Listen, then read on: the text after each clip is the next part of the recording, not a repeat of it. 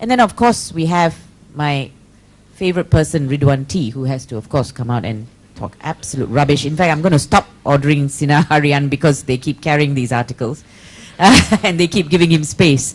But the problem is that look at the thinking. That extreme racism that he exhibits is still going on. He's still allowed space in a major newspaper in this country. Utusan carries on with its extremism as well. You may say ignore, but there are many people who don't ignore.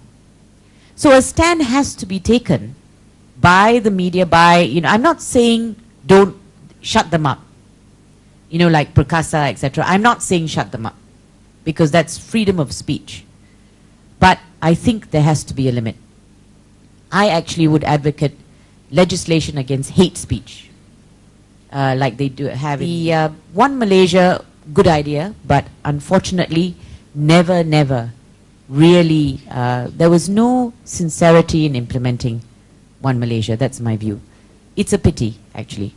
But what I can say is that people became One Malaysia in many instances, like in the Bersih rallies, in many of the rallies, in many instances, people did it themselves because Malaysians basically want to live together. They want to get on with life. They want to actually just earn a living, look after their families. They don't want to have to be bothered with government and so on and constantly watching and, watching the EC and watching the government and watching all these public bodies to make sure they do their work. They just want them to do their work properly, with integrity, so that they are not bothered with that, so that they can carry on with their lives.